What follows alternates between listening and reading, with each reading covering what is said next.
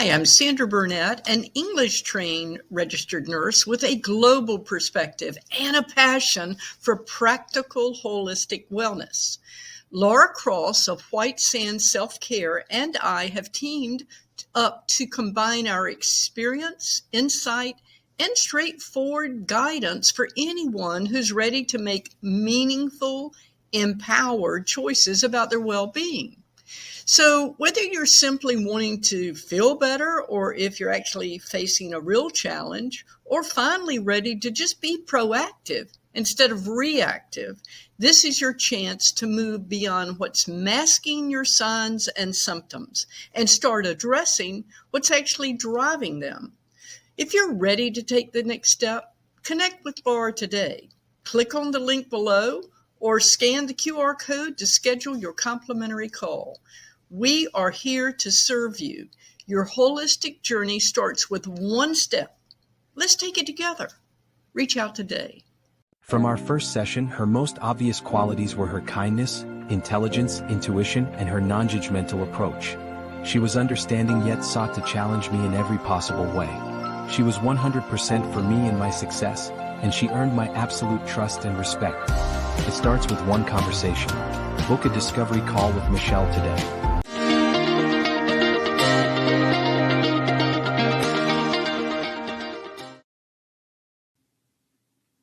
Well, welcome everybody back to another Mindful Monday.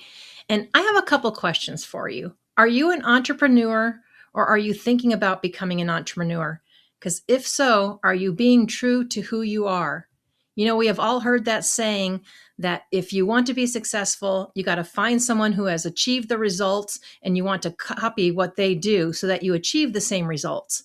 Although there is truth in that statement, what they don't mention is for you not to lose who you are in the process. And that is why I am so excited to have our guest today, Michele Smith. Michele is an executive coach and founder of Better Possibilities LLC with nearly 25 years of experience. She specializes in helping high-achieving leaders like you shift perspectives when old strategies no longer work. And she combines strategic insight with innovative tools like lean methodologies and hypnotherapy to clear subconscious roadblocks that even top achievers face. So as a professional certified coach and host of the Leadership Soundbites podcast, she is dedicated to empowering leaders to achieve their goals while staying true to themselves. Michele, thank you so much for joining us today. I'm so freaking excited to be here.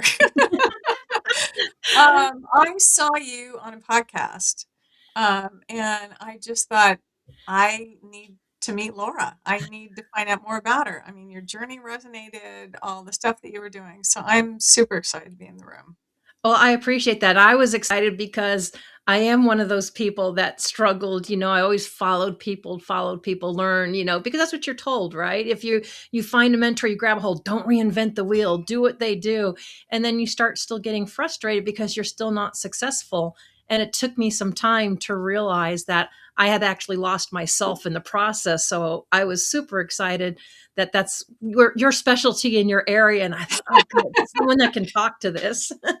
Yeah, it's so funny because it's not funny, haha, but funny in a kind of an odd way, is that people don't want the clone version of something else that they've seen, because what happens is, my experience has been, when we have the best intention, right, to reach out, to be able to do stuff, whatever we're successful in, and if we don't open up who we really are to the people that we're serving, they can't connect with us.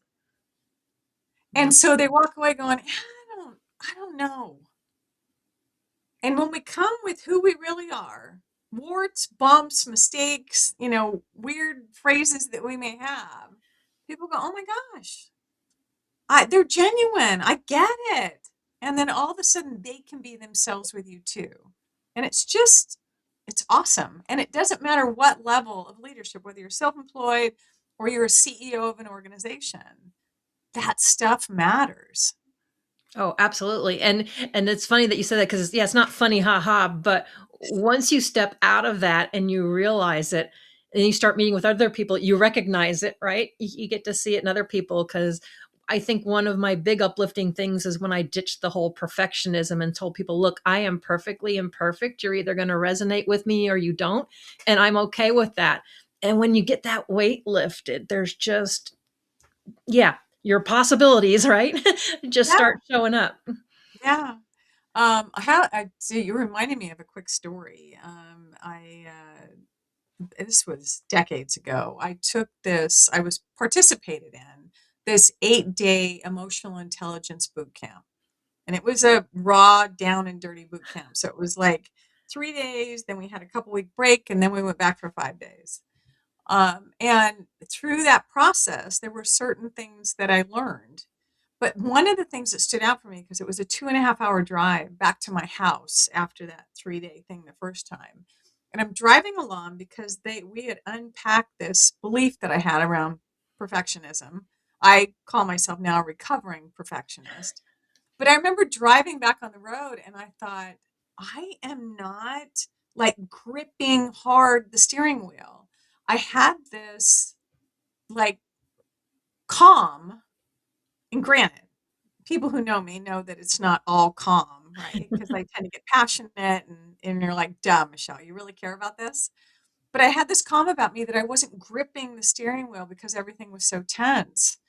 And so a lot of times when I'm dealing with leaders, I'm seeing what I saw in me years ago. And the beauty of it is, it's the simplest stuff that we can unlock. And then it's like we're living a completely different life. Same everything else. We're just different responding to it. And it's life changing. Yeah. And you're right. It is simple stuff, but stuff that we have a tendency to overlook.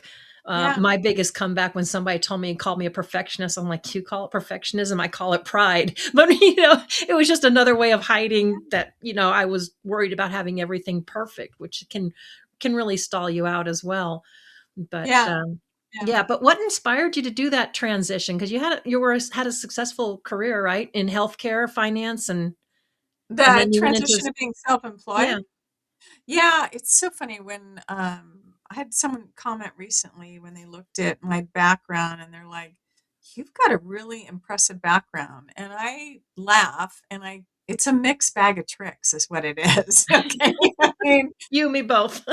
yeah, I mean, but the thing is, I have to be aware of saying buts.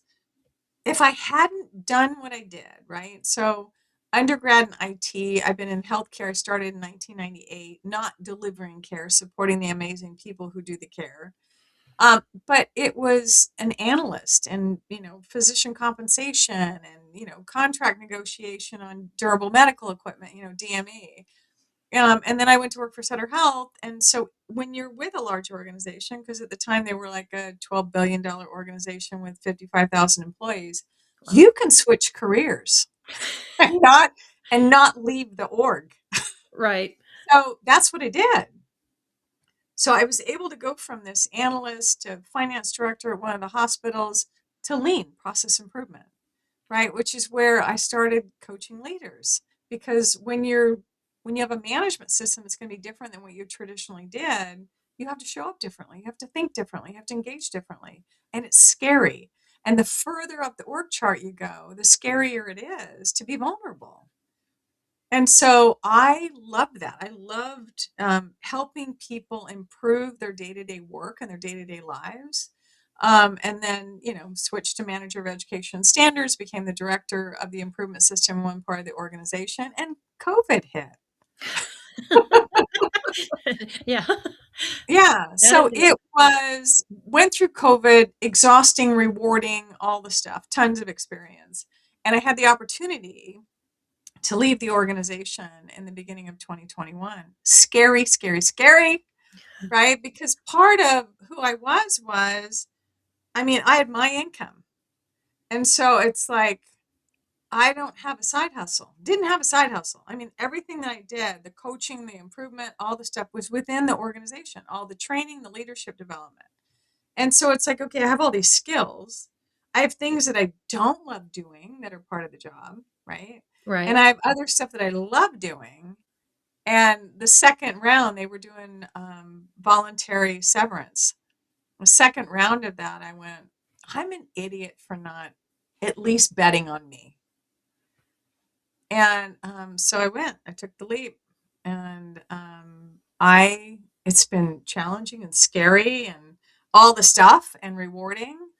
And I freaking love it because I have what I call, and it's from, leftover from process improvement days, swim lanes, right? So I have different swim lanes of what I'm doing. And I love the variety because it's Yeah. all connected, but I love the variety. I love how you put that swim lanes because I always tell people I stay in my lane. Yeah, I'm not going to try Yeah. and tell people that stuff that I don't. I have people I can connect you to, but I stay in my lane. So I like Yeah. how you call that swim lanes. So, what are some of the challenges then that you went through, or that you went through with those transitions? Because that's like you said, that's scary. A lot of people are scary, and a lot of people don't make that leap because of the fear of losing that, kind of constant paycheck or this. Because really you had, I mean, obviously you have the skills. They loved you, they paid you for it. But did you always have like that confidence that says I can do this on my own? Because this is I I don't know that I would have labeled it confidence because it's so funny. And one of my favorite quotes is thoughts become things. So, and it's so funny when I look back at my career, right? At like all the different things that I had, the roles that I had, and I'm going to call Sutter Health, and probably before then too, but Sutter Health I started in 2003. I look back and I'm like, there was no real plan, by the way. Okay. It wasn't like, except undergrad and the masters, those were intentional, and coaching was intentional. But there's no master plan. I mean, you have people that were like, I'm going to be a CNO one day. I'm going to be what I didn't have any of that. I just knew I wanted to add value and continue to add value. And I would hear about certain roles, right? Or certain opportunities or things we were talking about. And I remember thinking, that'd be kind of fun. Literally, that's the thought. It'd be kind of fun. That's how my job thing went. you know, it may have been 2 months later or 2 years later, and the door opened. Now, granted, I had to interview, I had to do all this stuff, but the door opened of, why don't you try this? I look back on a role that was created in the organization, manager of education and standards, which was, the idea was to bring the lean methodologies that were across the organization, because they were all different, right? To be able to Mhm. bring them together respectfully. I thought, that'd be kind of fun. 2 years later, and stuff, the role came about, and I didn't apply because I talked to the hiring manager, and he goes, no, so and so is earmarked for that role. And I'm like, okay. So the VP, who's the one that this hiring manager reported to, came to my office. He goes, Michelle, did you hear about this job? And I said, yeah, but I talked to so and so, and someone else is already, earmarked for it. And he goes, no, it's a hiring panel. He said, I encourage you to throw your hat in the ring. And I'm like, okay. The job that I was like, that'd be kind of fun. Right. So, crazy interview. I mean, it was like intense. There were 6 people on the panel with real life stuff. I'd never done that role, right? I mean, I'd done stuff. I had put together a 3-day event. I had done, process improvement, coach leaders of the organization on strategy, worked in, but I'd never done that role. I'd never done anything in L&D, education, Kaizen events, improvement events where we're teaching people. 3 months later, the hiring manager said, I'd come back from a trip, and he goes, Michelle, I want to see you in my office. I said, great. I hadn't heard about the job, figured someone else got it. And he goes, I want to offer you the job. You could have pushed me over with a feather, by the way. Yeah. I was like, I thought so-and-so, that was so-and-so's job. And he looks at me and goes, yeah, so did I. But it was unanimous that you were the right one for this role. So that's when the scary part starts, right? You can throw your hat in the ring, but when you get the job and you've never done that job, and then there's deliverables like immediately because the hiring manager waited so long to hire you. It's like, so that's when I'm going to say this: jump. If something intrigues you, jump. And what they say is learn how to fly on the way down. You don't have to fly by yourself. Phone a friend, tap colleagues, do all the stuff. And that is what I did, because there were immediate deliverables that I knew the learning curve time was not there. So I pulled all the information that I needed. I assembled it. I learned as I went, but I literally flew on the way down. Wow.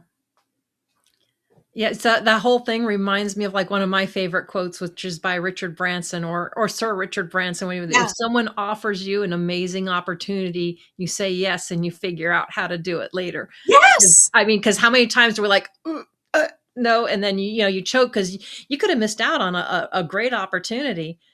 And Yeah. I think we let fear set in instead of actually thinking that, hey, there's a reason they saw something in me. They want me here, Yeah.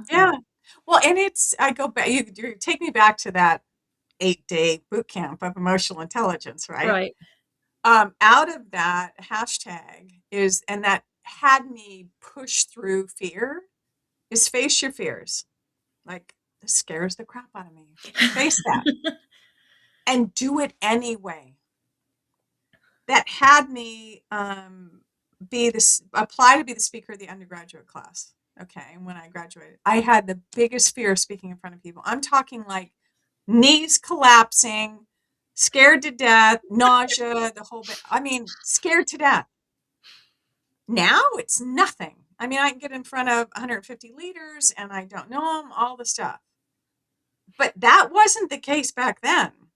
So I saw an advert, I posted in the lounge. I was going to University of Phoenix for my undergrad, and it said, open for applications for a speaker for the undergraduate class. And my reaction was, what idiot would do that? That's literally was in my head.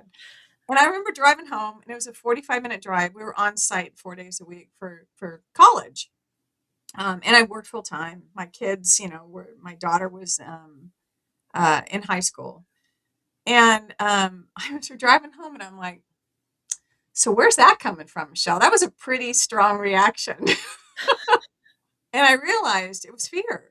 We have judgment when there's fear involved. Mm-hmm. And I'm like, okay, so face your fears and do it anyway. And so my face your fears and do it anyway was, I at least need to apply. So I did. And then I get the phone call a few weeks later. Hi, we'd love you to come in for an interview in front of the panel and you're going to do your speech. And I'm like, okay, so now it's a reset on face your fears and do it anyway. So now I have a whole new fear thing coming up. And I'm like, okay, so face your fears and do it anyway. I get this 7 to 10 minute speech. And anyone who knows me, I'm bullet points unless I'm talking. So now I have to write something. It's going to take 7 to 10 minutes. There was no AI. Right. My journey, my thing. And I'm like, okay, so I did that. I rehearsed it. My daughter helped, all the stuff. So I go in scared to death and I do this thing and I leave and I'm like, okay, face your fears and I did it. I'm proud of myself because it's a scary thing. And then a few weeks later, I get the phone call. You've been selected to be the speaker of the undergraduate class. And I swear to you, I was nauseous and I remember responding and I said, but you don't understand. That's not why I applied. And she goes, excuse me? I said, no. I only applied because it was a fear. So I didn't apply to actually get selected. And she goes, but we really loved your story and we want you to do it. And I'm a whole new, because now I'm in front of 1,000 people at this graduation. Wow. But I'm going to tell you something. And this is where the lesson is when I look back.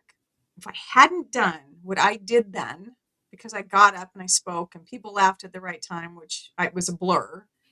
But if I hadn't done that, I couldn't do what I'm doing today. It wouldn't be possible. Nope. That's true. The more I hear you talk, it's like, oh, the more you and I have in common, because we do. Yeah, I didn't like speech class either. The paper would either shake or everybody went black, and I'm surprised they weren't picking me up off the floor. It was scary. Yeah. And a lot of people, I think they say that's one of the number one fears besides dying or whatever is getting up and speaking in front of people. Yeah. The thing that I want to loop back, because what came to mind for me when you asked the question about how do you do it, right? How did you walk away from basically all the security? I had paid time off. I was maxed at paid time off. So I had so much PTO that, benefits were excellent, bonuses, all the stuff. And the thing that I didn't count on, okay, or think of when I made the decision, because it was hard. It was hard to do all that stuff. But I knew that I didn't want to live life with regrets. But I didn't anticipate how much of my identity was tied to the job that I had. And that was the hardest part, because I didn't have it anymore. I had to create a new one. And that's not easy. No, that's a journey in itself. Mm-hmm. So, at first, I couldn't even say the words, I'm an executive coach. I'd done coaching for 10 years at that point, but I hadn't identified as an executive coach.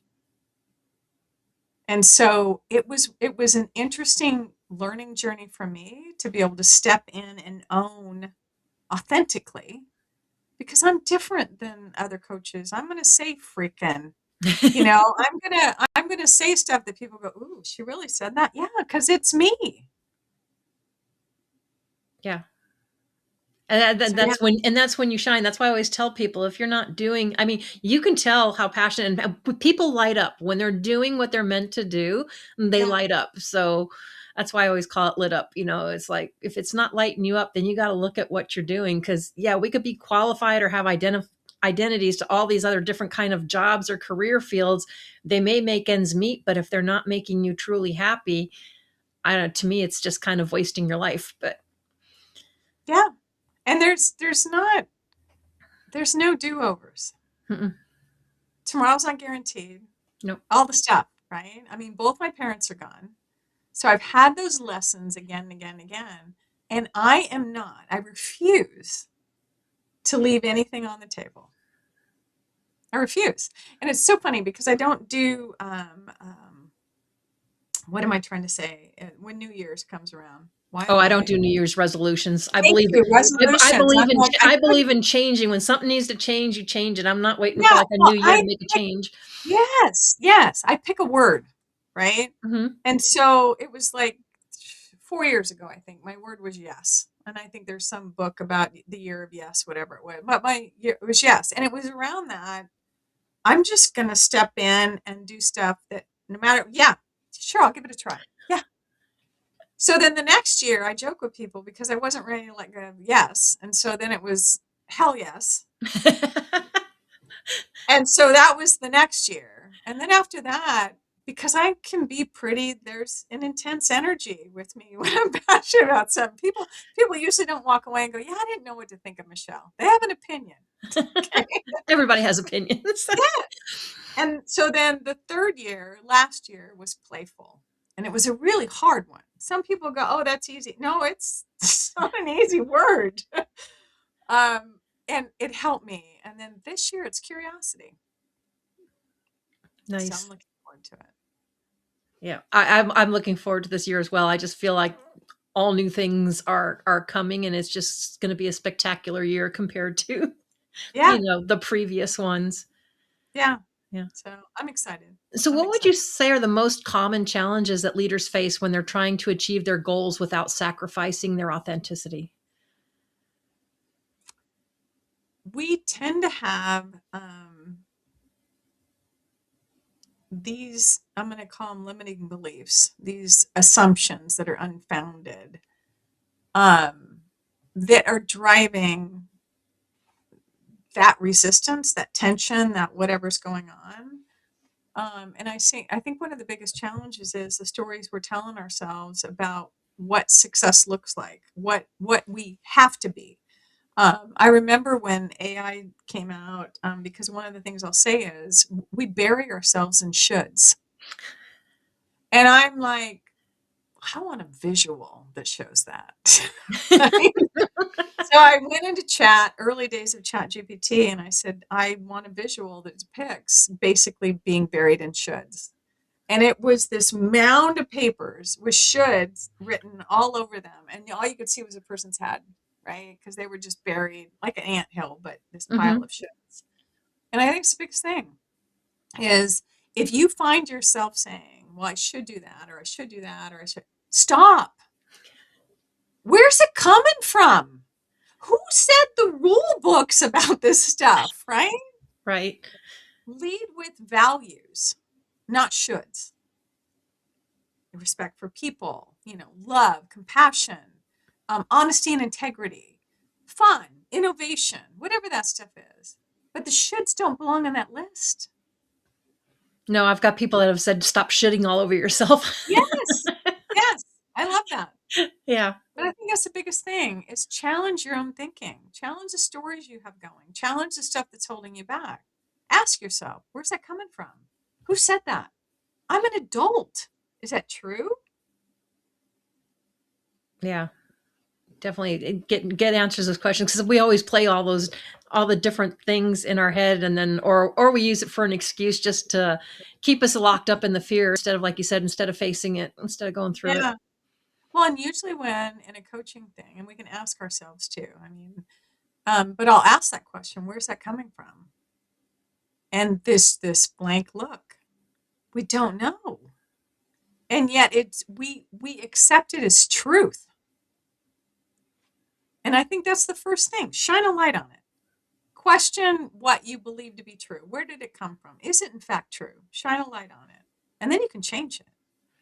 Yeah, I love that because it might have been something that you heard but was that really how it was intended, or was that your perception of it that you ingrained and said, oh, this is a fact or this is true? Yeah. Executive presence. You and I talked before we hit record.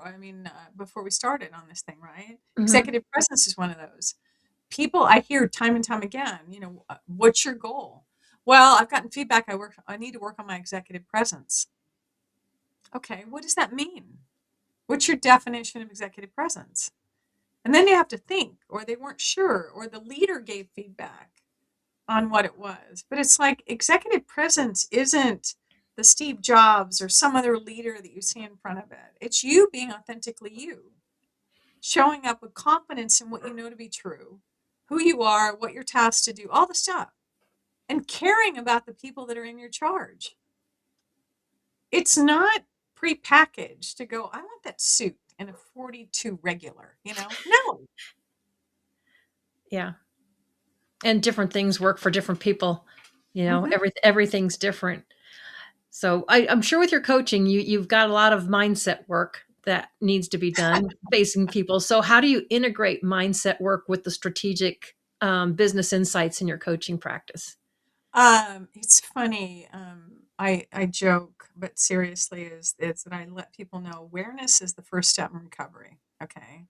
So like shining a light, being aware of stuff. And my experience has been, and you might find this too, that words are the most powerful thing. So I tell people words matter. And the most important ones are the ones we say to ourselves.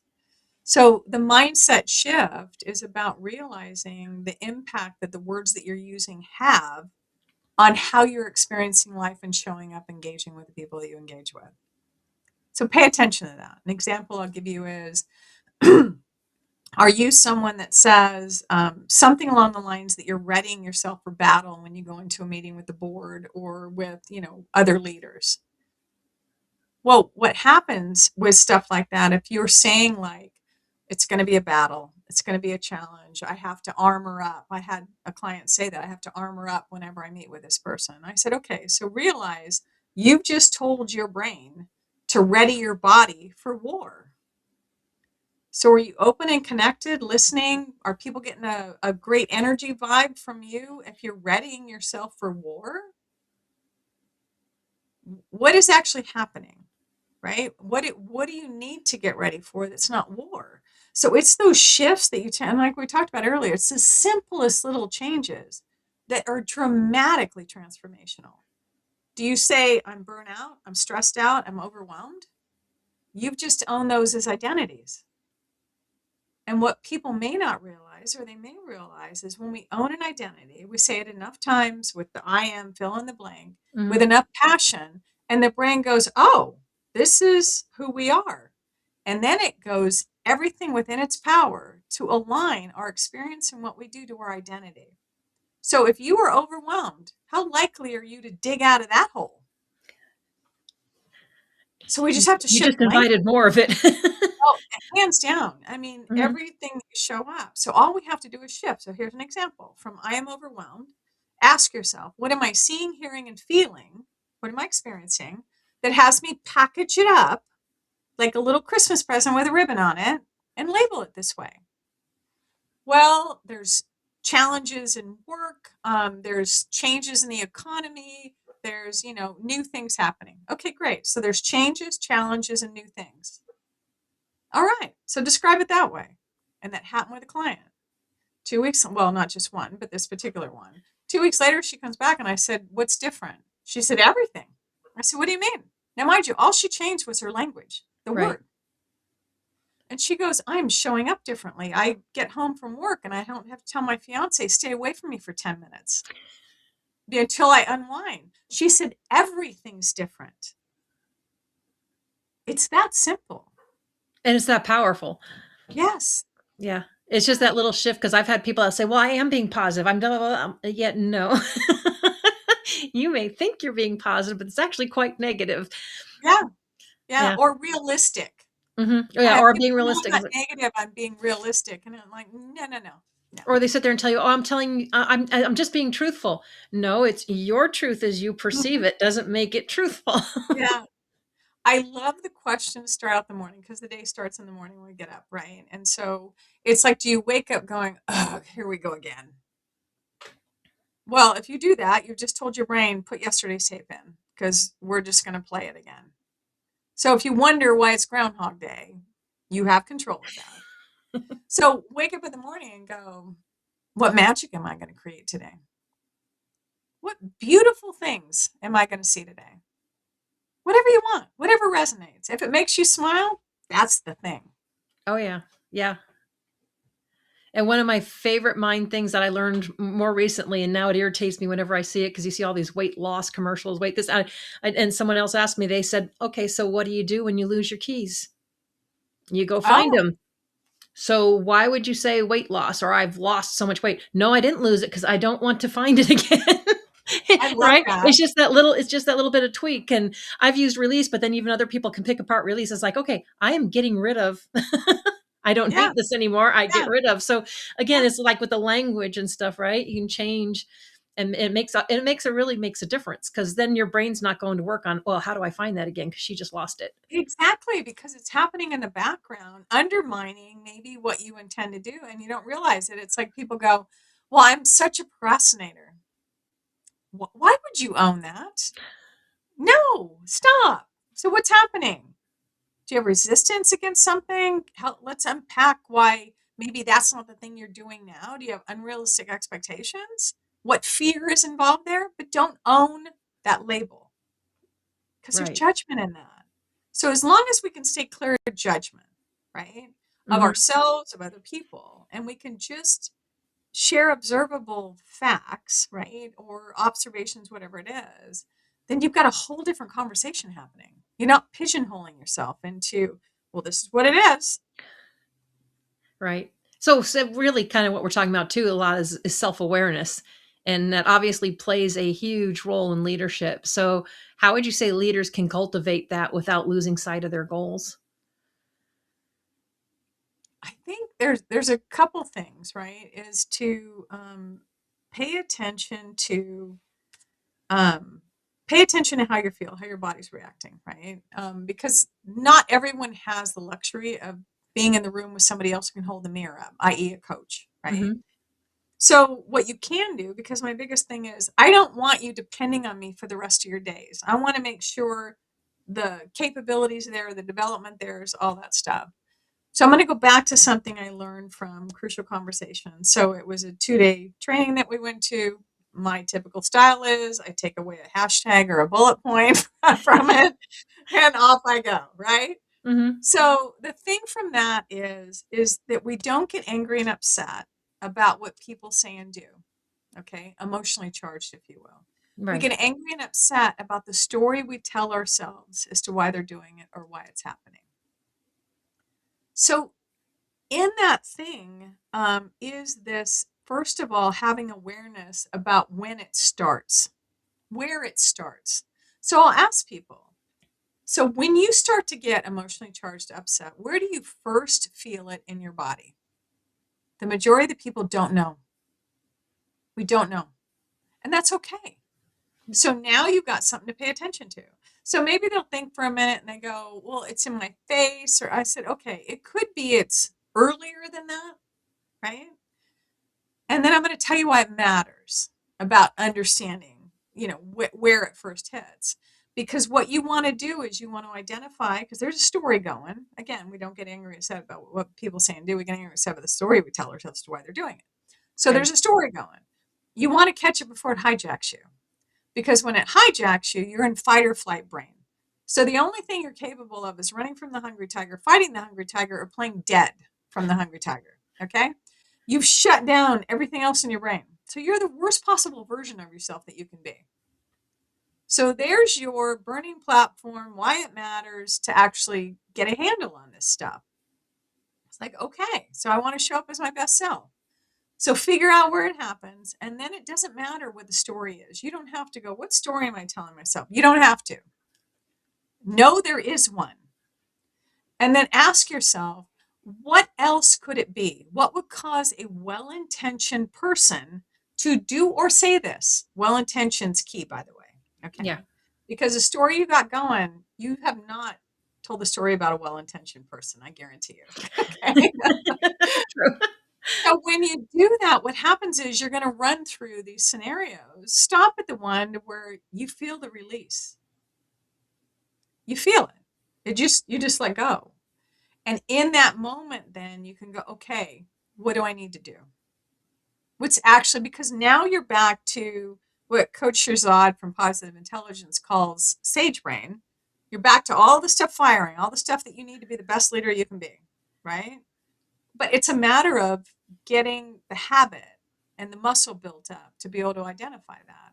I had leaders come back to me, they go, after they've been practicing and we reinforce it, they go, Michele, I feel like I'm lying to myself. I mean, like I'm delusional when I'm making up all this stuff.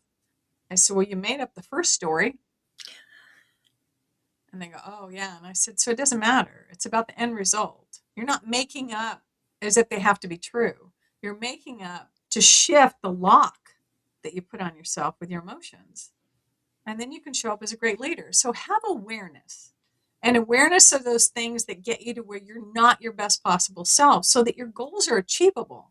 Because when you're in fight or flight, you're not thinking clearly about the goals that you've got in front of you and being politically savvy and emotionally intelligent and all that stuff. You're going to say stupid stuff.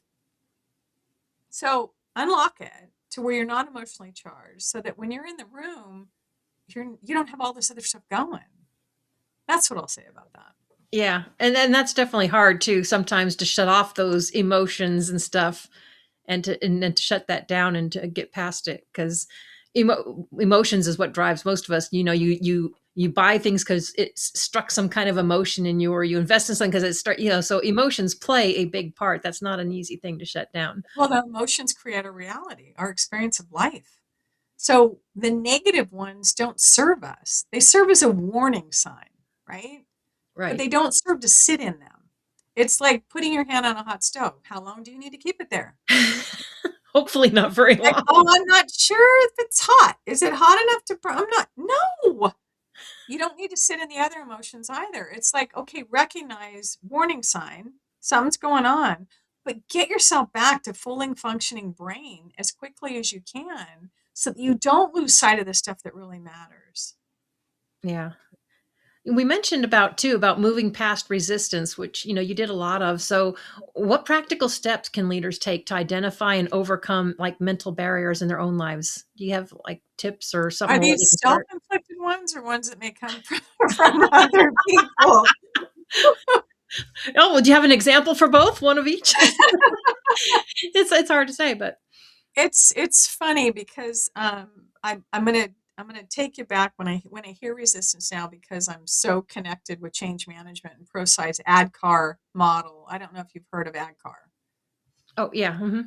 acronym. Okay. Yeah, I've So heard of for it. those who But haven't, though, it's 5 letters that describe our change journey, right? And so we have to navigate through this with all change, big or small. So it's not like big organizational change. Let's use ADKAR. Let's have awareness all the time. So awareness, right, is we understand what's going on. Desire, which most people skip over. I make the personal decision to step in and support this change. right, Knowledge, I understand what's going on, what's expected of me, the role, when it's happening, all that stuff. There's a bunch of knowledge. It can include training. Ability, which is the second A, which is harder depending on where you are current state. Ability can be more challenging. If you have a flip phone, you haven't embraced technology, and we're asking you to electronic health record, and you're a provider and you're going to be using the computer, it's going to be a longer journey to get you to ability, right? right. And then R is reinforcement, which means the stuff's in place that we don't go back to the old way. So that being said, typical resistance in ourselves and other people will show up when we're asking or going through a change and we have not made the personal decision to support it. So figure out what that is. Well, I've had in workshops, because I'll do workshops on change, and I had one leader that, just as a personal example, it was losing weight, right? So she had awareness. She needed to, all the stuff, the healthy part of it, desire. She figured she had made the desire piece of it. She had the knowledge, right? And, ability, she wasn't great at it, wasn't successful, let alone, the reinforcement piece. And so when we've gone through this stuff, she had put some stuff down because there's a lot of thought questions. She goes, I said, so share some feedback. Where are you at? What is your thinking on this stuff? And she was one of many in this room. And she goes, looking at it, I think I'm just not there on knowledge. I said, really? I said, so you think you need more knowledge and information about the benefits of losing weight and having a healthy lifestyle? I think so. I said, okay, so can we back up and go to desire for a minute? She goes, well, I really want this. And I said, I know. I said, but what are you giving up by doing this? She sat back and she goes, huh. I said, because that plays into desire. So if you don't have the desire and haven't reconciled with what's going to change in your life and what you're going to be giving up, that may be the place to start. It's huge. Yeah. Our brain may say it, but are we actually committed to this thing? To where we're not fighting it at every turn, which is where the resistance is. So I think for most people, it's saying, hey, let me get my head and my heart wrapped around the desire to actually do this thing that I say I want to do. Yeah, that's true. Because I always tell people you can do whatever you set your mind to, you know. Mm-hmm. And so, yeah, if you have the true desire, nothing's going to stop you. You can do it. You can accomplish it. But Yeah. that desire definitely has to be big enough. Yeah. Well, you have to at least step in and go, yeah, I'm there. There's a rating scale of doing this stuff, but you got to be pretty high on, hey, I make the personal decision to support this change Yeah. in your own life and in other things. And your teams are going to be navigating this. And so when I share this with people, they're like, oh my God, they're writing notes because they realize if they're a leader leading change, they've skipped over some stuff. And we all do it because nowhere in us growing up has been, here's the 5 steps you go through for change. And it's like, and then when someone shares it, you're like, oh my God, that makes so much sense. It's so intuitive. Yeah. And you also incorporate hypnotherapy, right, into your coaching. So how do you believe it, So or go do you ahead. not? Okay, as I say, because how do you believe addressing subconscious roadblocks can lead to profound shifts for leadership effectiveness? It's everything. I mean, it's everything. It's life changing. It goes back to the stuff that we are just talking about with words, Mm-hmm. right? When I went through hypnotherapy, the certification program, I had so much awareness about what was happening in the background and the simple changes that we can make. And it's not about, people think about hypnotherapy and, oh, I'm going to get up on stage and make an idiot of myself. No, it's about understanding all the parts and pieces and what's really at play. And so if you've got this roadblock to stuff, if you find yourself, like for instance, self-sabotaging behavior, you're smoking, you're drinking, you're biting your nails, you're doing all this stuff. The subconscious drives that. It drives in excess of 95% of what we do. Okay. It's important to understand that, because if you don't, you're not going to even look in that closet. So understand. And so when I remember when I first learned, it's like the subconscious, there's two jobs, right, of the brain. It's to keep us safe. That's the primary one. And to use the least amount of energy, which is why change is so freaking hard, right? We are wired as humans to resist change because it's the unknown. Unknown can correlate to fear. Subconscious goes, we're not going there. We don't know that. So that's why we have to be able to manage change with people, because we're wired to resist it. So when we go into stuff like that, it's understanding, okay, if I have self-sabotaging behavior, I go to this point and well, that's the subconscious trying to keep you safe. And you're going, by drinking and smoking and biting my nails? So here's the thing. The subconscious isn't logical. It's purposeful. Very purposeful. So if you think about smoking, for instance, right? Someone's stressed out, wound up, I've got to have a cigarette. They go outside, they inhale deeply. You're getting air into your lungs that you weren't getting before. It's crappy air because you're smoking. Right. But the body knows, the subconscious knows, you relax.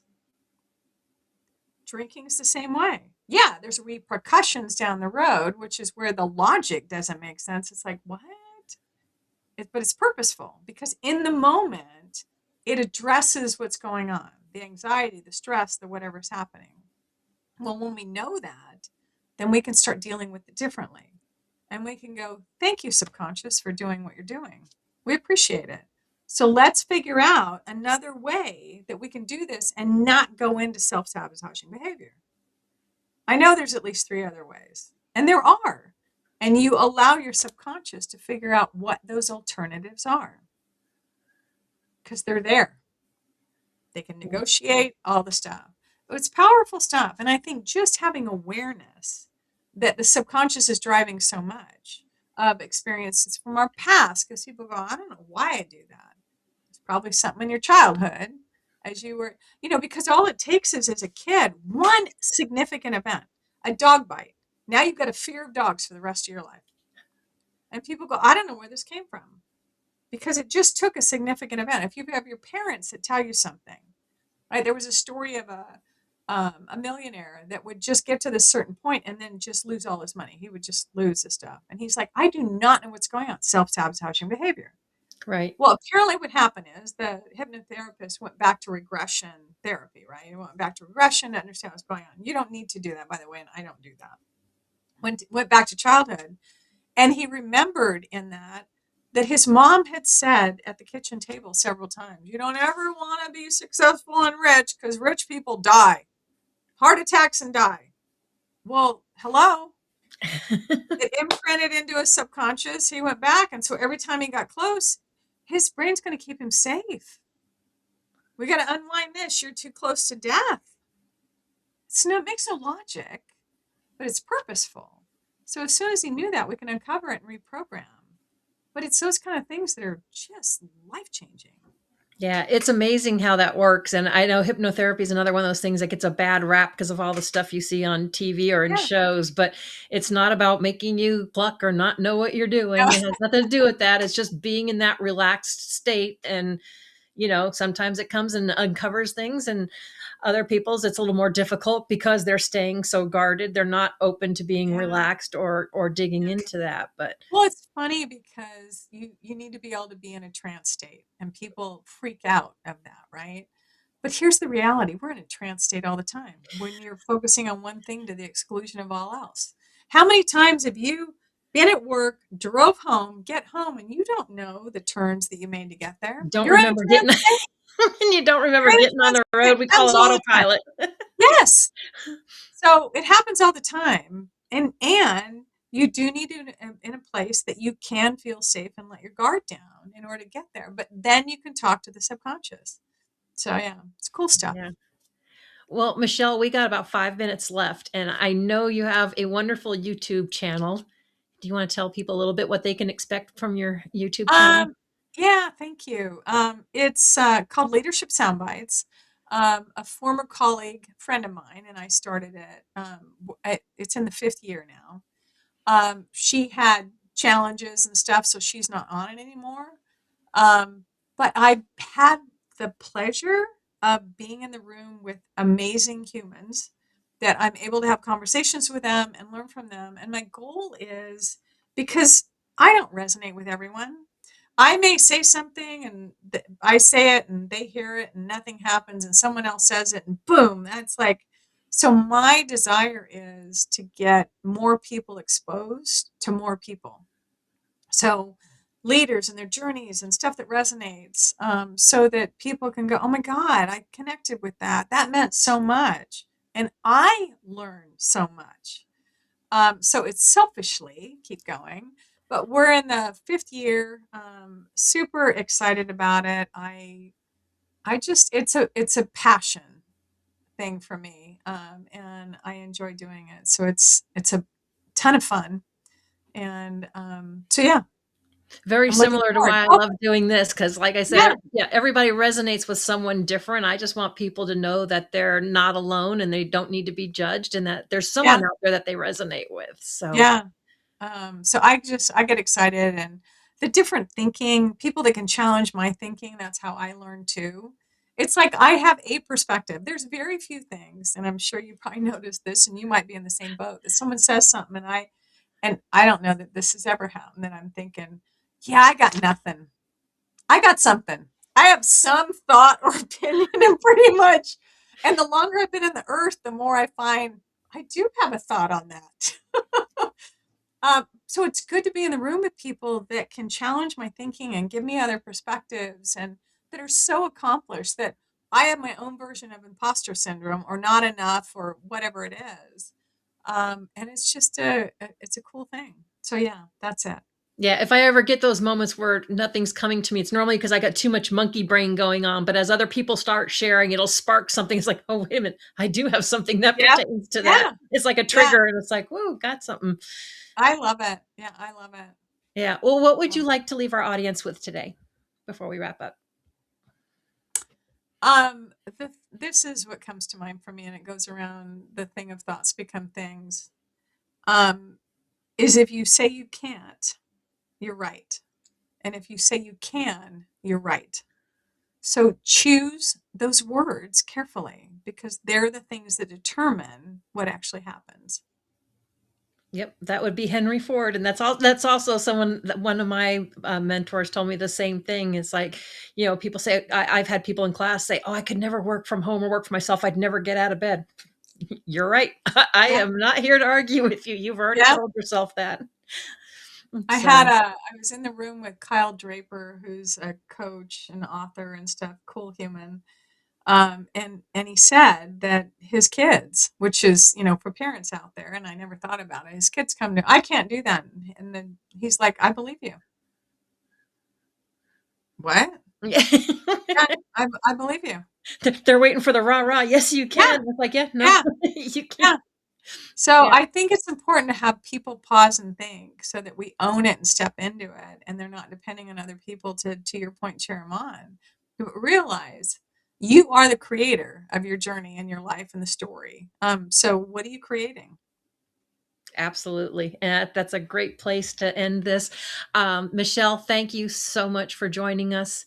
And anyone listening to this, if you are an entrepreneur or you're thinking about being one and you're struggling, or you feel like you've lost your identity along the way, obviously reach out to Michele, because she's very knowledgeable. She's been there and she can definitely help you. So, but thank you everyone for joining us, and we will see you all next Monday. Thank you. Absolutely. Thank you.